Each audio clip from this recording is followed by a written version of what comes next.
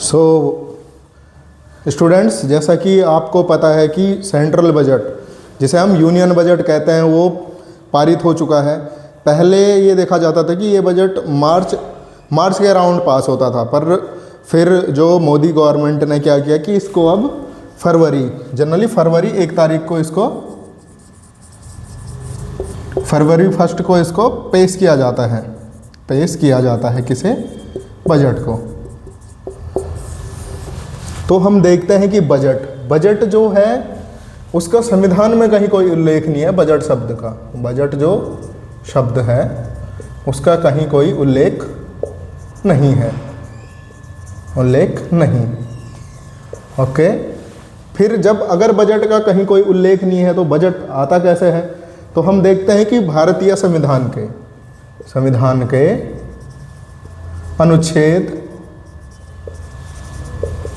112 में कहा गया है, ध्यान से सुनेंगे, अनुच्छेद 112 में कहा गया है, राष्ट्रपति, नॉट वित्त मंत्री, राष्ट्रपति प्रत्येक वर्ष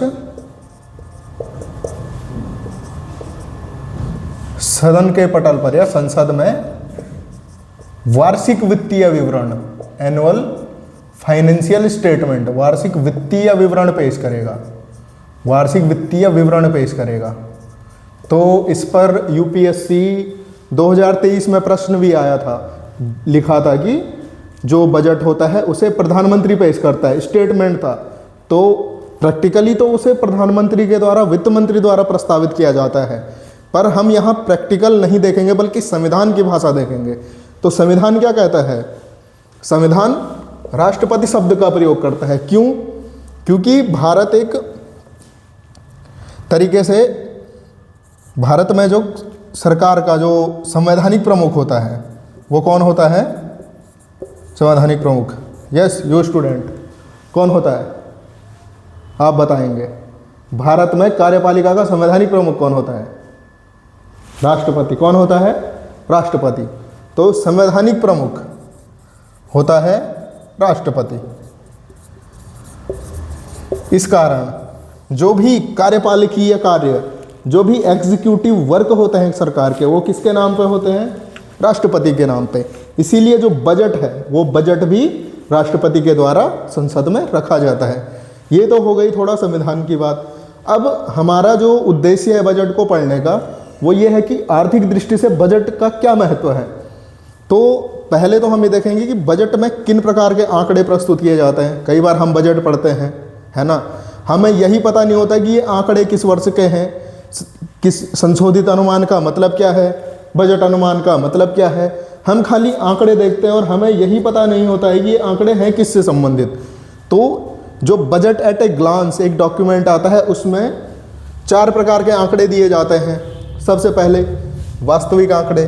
तो हम देखेंगे कि बजट में जो वास्तविक आंकड़े रहते हैं वो वास्तविक आंकड़े रहते हैं जो हमारा वर्तमान, एक बजट में हम देखेंगे, एक होता है चालू वर्ष, है ना, एक होता है बजट वर्ष, जिस वर्ष के लिए हम बजट लाने वाले हैं। तो जो ये चालू वर्ष होता है वो वर्तमान वर्ष, जिस वर्ष बजट पेश हो रहा है। तो बजट पेश हुआ था मान लो 2026 में, 1 फरवरी 2026 में। पर ये बजट किस वर्ष के लिए था? क्योंकि बजट आगामी वर्ष के लिए होता है, आने वाले वर्ष के लिए। तो 1 फरवरी 2026 को बजट पेश होगा 2026-27 के लिए, और ये बजट वर्ष शुरू होगा 1 अप्रैल 2026 से, ये चलेगा आपका मार्च 2027 तक। तो ये चलेगा हमारा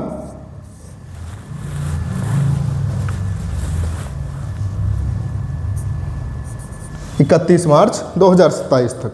तो ये तो हो गया बजट वर्ष, एक हो गया चालू वर्ष, और एक होता है बीता हुआ वर्ष, अर्थात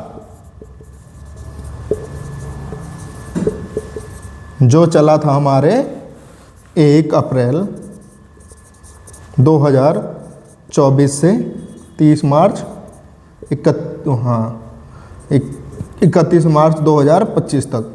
तो बजट में 3 वर्ष के आंकड़े रहते हैं बीते हुए वर्ष के लिए 2000 अर्थात आर्थिक वर्ष 2024-25, उससे संबंधित जो भी आंकड़े होंगे वो कहलाएंगे वास्तविक आंकड़े। फिर जो चालू वर्ष है करंट ईयर के लिए जो करंट ईयर के बजट में जो अनुमान किया गया था उससे संबंधित आंकड़े, और करंट ईयर के लिए जो संशोधित अनुमान रिवाइज एस्टिमेट, क्योंकि अभी वो वर्ष पूर्ण नहीं हुआ है बजट वर्ष, तो उसके फुल आंकड़े आना अभी बाकी है, तो उसके लिए हम एक अनुमान लगाते हैं संशोधित, तो इसको बोलते हैं संशोधित अनुमान। और जो आने वाला वर्ष है जिसका बजट पेश हो रहा है उसके लिए बजट अनुमान। तो हमने देखा कि बजट में 3 वर्षों का उल्लेख होता है, पहला बीता हुआ वर्ष, ठीक, उसके बाद चालू वर्ष और उसके बाद बजट वर्ष। तो ये हैं बजट के कुछ बेसिक्स। अब हमारे लिए बजट में कुछ आंकड़े महत्वपूर्ण हैं, जैसे राजस्व घाटा, प्रभावी राजस्व घाटा, राजकोषीय घाटा और प्राथमिक घाटा। तो हम इनसे संबंधित आंकड़े देखेंगे।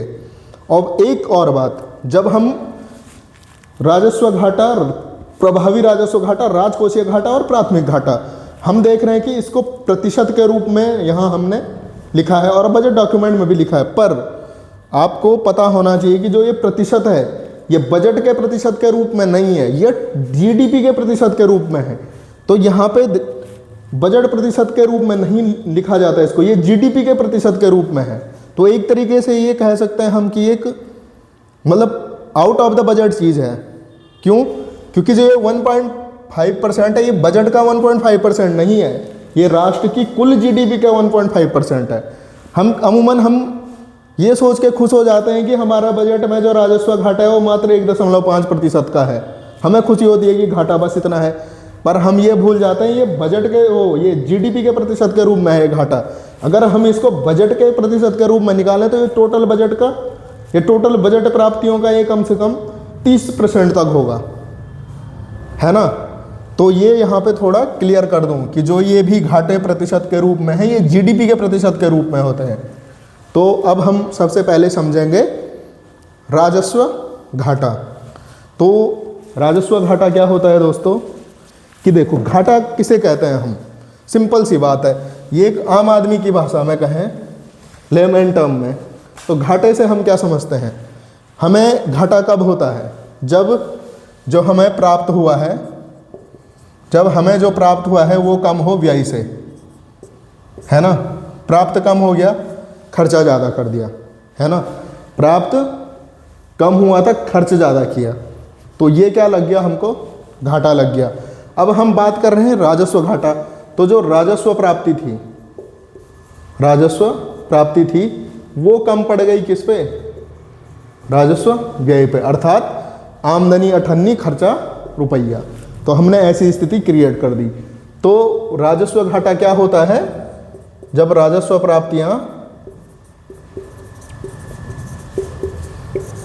कम होती हैं राजस्व खर्च की तुलना में, राजस्व खर्च की तुलना में, तो ये स्थिति बनती है राजस्व घाटे की, है ना, राजस्व घाटे की।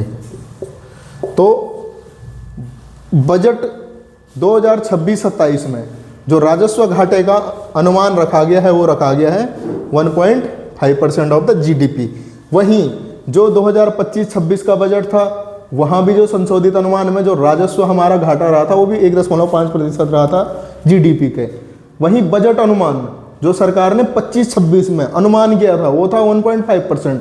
तो हम देखते हैं कि अनुमान और जो संशोधित अनुमान, मतलब जो घाटा है वो सरकार के लक्ष्य के दायरे में रहा, है ना। सरकार ने टारगेट किया था कि 1.5% रखेंगे और संशोधित अनुमान में हमने देखा कि इतना ही रहा।